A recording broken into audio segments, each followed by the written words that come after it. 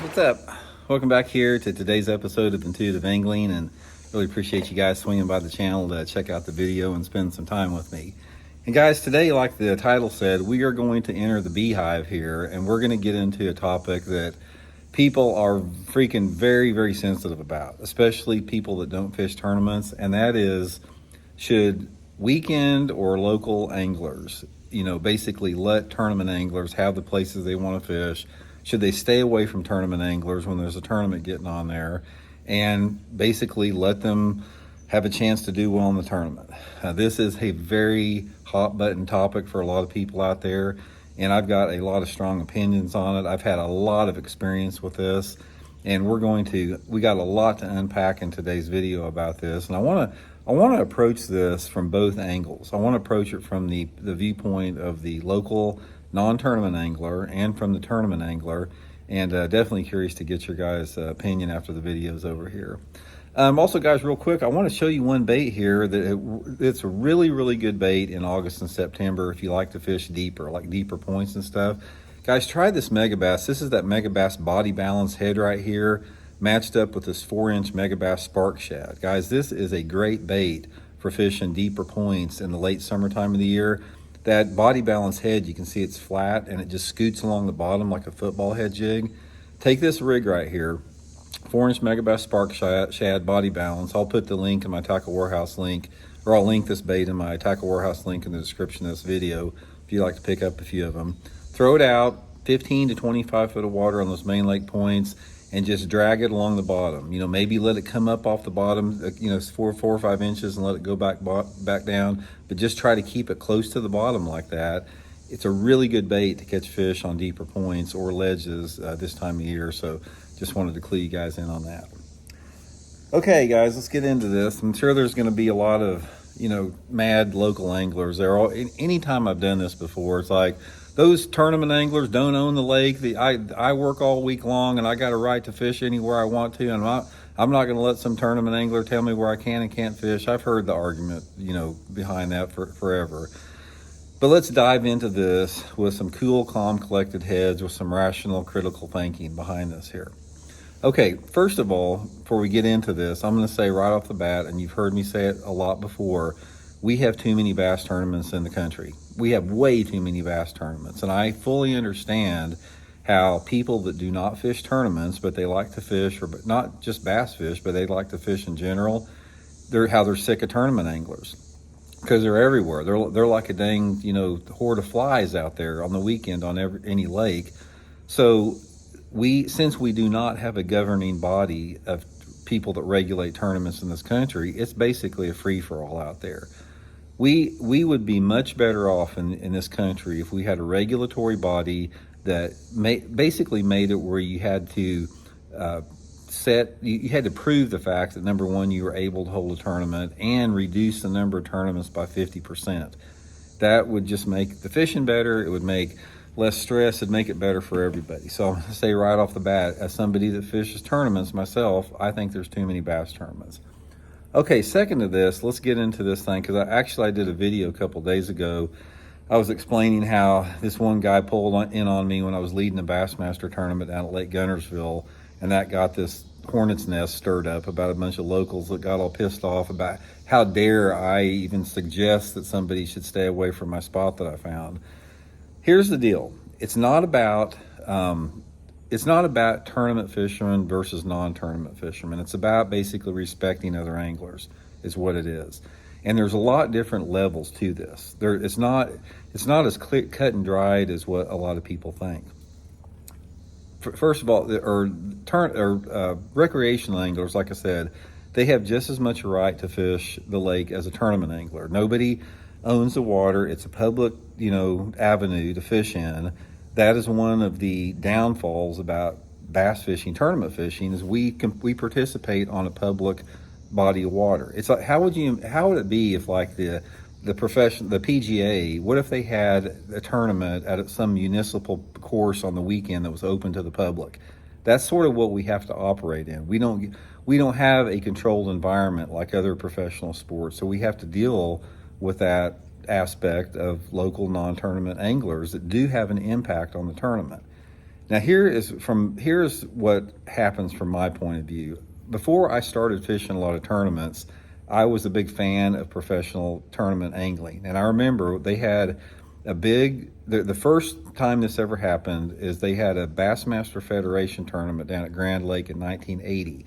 And my parents, they had a trailer house down there at Grand forever, and I followed everybody, and I couldn't wait to go down there and watch these guys fish on my home lake at Grand Lake. So I went down there, and I followed around. Ken Cook was leading the tournament. He wound up winning the tournament, but I followed Ken Cook around that day. And even though it was my weekend to fish, and I was off of school, I took off from my part-time job, I went down there just to observe and to watch. I wouldn't have more thought about coming in on Ken Cook and fishing in a million years. I just stayed as far as I could back from him, and I watched and I learned from it. So from my perspective, I've always had a respect for people that were fishing tournaments if I was just down there fishing for fun, because I understand what's on the line. They put up a bunch of money. Some people they make a living doing that.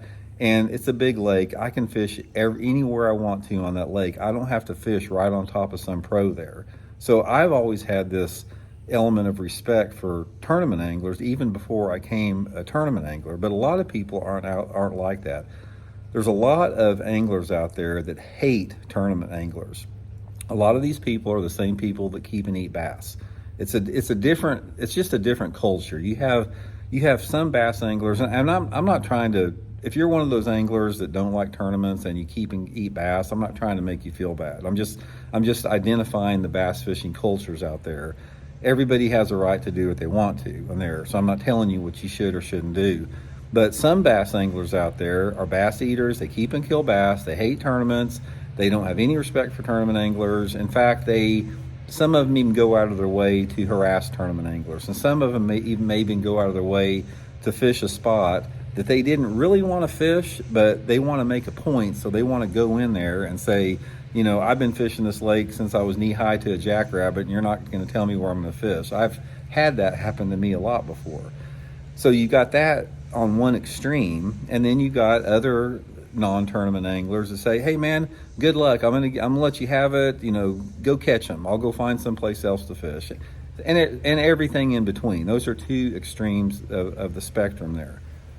And the tournament anglers the same way. There's some tournament anglers out there that are complete weenies, and they think they own the lake and they don't want anyone near them whatsoever. And there's other tournament anglers that are very accommodating, and it's like they'll chat it up with some guy, and some guy will be fishing right next to him, and they'll chat it up, and then there's everything in between there. So everybody, based upon your personality and your worldview and what you think about fishing, approaches this differently. Here's my opinion on the situation with out there. Number one, it's like you should never, if you're like a local angler, it's like you should never ever come in on a spot if you see some guy catching fish that you did not know about or did not want to fish there. And this is the only problem I have with some local anglers, is that they may have no intention whatsoever on fishing a spot, but they may see a pro come in there and catch a couple fish off a place, and then they come in there just because they see somebody catching fish. I've had this happen to me a bunch. That tournament that I was talking about at Lake Gunnersville, where I was leading that tournament, the second day of the tournament, there was some dude sitting out off in the distance watching me catch them with the camera boat on me and leading the tournament. And then the next morning, he was there at the crack of dawn right where I was fishing, because that happens all the time. I've seen that happen. That is weak when somebody does that, because that is not what this is all about. Other times you may be fishing out there, and say you have a offshore grass bed, or you have a stretch of bank that you really like to fish, and you pull up there and start fishing, and you don't know that some guy wants to fish in a tournament, and some tournament guy comes in there and he pulls up behind you or in front of you and starts fishing. It goes both ways with that. If I see a local angler, say I've got a really good spot that's just really good, and I see a local angler up there, and based upon how bad I want to fish this place, I may or may not go up to him and just explain the situation. It's like, hey man, I can't tell you what to do. You have just as much right to fish here as I do, but I'm in this tournament. I'm doing good in the tournament. I'm catching all my fish right here. Is there any possible way that you'll let me have this today? I'll tell you exactly how to catch the fish. I'll give you the baits to catch the fish on if I could just have it. And I've had a variety of responses. I've had some people say, "Hey man, no problem. I didn't even know you were fishing here. I'll get out of here. Good luck. I hope you win the tournament." And then I've had other people out there that won't even turn around. They just keep fishing and they won't even talk to you. And I've had other people say, "Well, I've been fishing here for 50 years and I'm going to fish here. I don't care if you're winning the tournament here." So it boils down to just being a decent human being and having some empathy a little bit. Everybody has got to empathize with each other. Tournament anglers have got to empathize with the local anglers that are out there, knowing that they may not give a crap about tournament fishing and they've been working all week long and they want to catch some fish. You got to realize that. And then on the other hand, those local anglers may have to realize, hey, this dude is trying to feed his family. He's traveled 1,000 miles to get to this lake, and he'll be gone in 2 days, and I'll have it the rest of the year. I can go find some other place to fish. But so it's like every situation is unique to itself. There's not one scenario that happens out there that sort of encompasses everything. But one of the pervasive attitudes that I see more than anything else is that a lot, and I'm not saying most of them, but a lot of local recreational bass anglers, there is no talking to them about this. They think if anyone even suggests the fact that they shouldn't fish wherever they want to, that it's just the most ridiculous, outrageous thing in the world, and that pro is the biggest piece of crap on the planet. So a lot of it has to do with people's personality. I mean, everybody has different types of personality. Some people are very confrontational. Some people are hyper aggressive. Other people are more laid back, and you see that exhibited a lot on the water with it. So it's not an easy thing, man. It's not. It's really one of those things that everybody has got to you got to take a deep breath and step back a little bit and just analyze the situation. And one of the things that would help everybody is if we were just kind to each other. If tournament anglers were kind to those local people and local anglers were kind to the tournament anglers, and somebody would explain to each other what their situation is, it may go a lot better. It's like, here's one thing. Let me lay a scenario out to you guys that are non-tournament anglers. Let's say that you hate tournament fishermen and you don't want any tournaments out there, and by God, you're going to fish wherever you want to. You don't care if some guy's leading the Bassmaster Classic and needs to catch one more fish. You're going to pull in front of him and try to catch every fish you can. Let's say there's some dude out there like that. If that pro would explain and say, "Look, man, I have worked my entire life for this moment. I've got a chance to win this tournament or do good. If I win this tournament, it's going to literally change my life. I'm going to be able to purchase a home for my family. I'm going to be able to have some financial security for my children. I'm going to be able to set aside some money for my children's college if I can just win this tournament. And this is the place that I found the fish. I don't have anywhere else to go." I said, "Is there any way that could you just please let me have this one spot right here? And like I said, I will put my lures in your boat after I'm done and tell you how to catch the fish." If somebody explains that to a local angler like that, they would have to be a real dickmonger just to say, "Hell with you, I'm going to fish where I want to." And they probably treat other scenarios in their life the same way.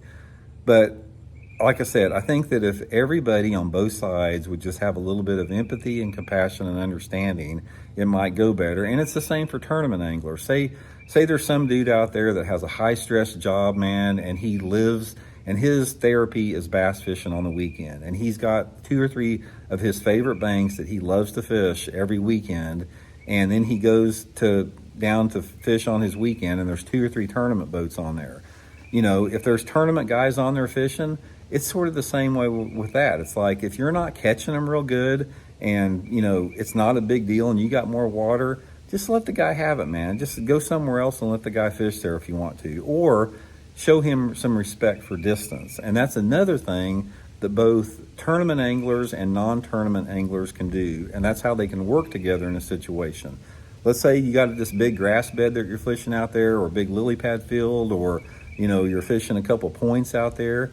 Just stay your distance away from each other. It's like if you say you got a quarter-mile stretch of riprap you're fishing, or a half-mile stretch of riprap, and you want to fish it, and you want to fish it bad, but there's a boat there. I don't care if it's a tournament boat or a recreational boat. If you're a recreational boat, don't pull up in front of him 100 feet in front of him and start fishing. If you're a tournament boat, don't pull up 100 feet in front of the local guy and start fishing, or 100 feet behind him. Get way behind him. Go get the other end of the riprap and start working your way, either with him or towards him or away from him, but just give everybody their space. And that way, it can always work out. And a lot of times what happens, from what I've seen, it's like, and this probably happens 50% of the time, if I'm fishing an area that I really want to fish, and it may be maybe it's the only area I can get bit in. If somebody sees me fishing there and they see I'm committed there and I'm going back and forth and we pass and I can't say anything, he may ask me if I'm in a tournament, and I'll say, yeah, I'm in a tournament, but I don't feel like it's a situation where I can ask him, just let me have this. It's sort of like in that in-between area I'm talking about. A lot of times they will say, hey man, or they may not even say anything. They'll just pull the trolling motor up and leave, and they just let you have it. They're just being cool about it. They just let you have it. But thing I want to reiterate, if you're a local, man, don't just try to make a point. It's like if you really, really don't want to fish this particular spot, like worse than anything in the world, just let them have it for the day. It's not a big deal, man. They're going to be gone in a couple of days, and they're not going to be coming back. So it's a judgment call for everybody to make. Everybody's got to handle it differently, and it sort of sucks for everybody, man. It sucks for the tournament anglers. It sucks for the non-tournament anglers. There's no way to enforce it. There's no way to police it. There's no ethics police on the lake that tells you this is wrong or you're right or you're wrong. It's sort of something you have to work out between the two of you. So anyway, guys, let me know what you think about it, and we'll check in later.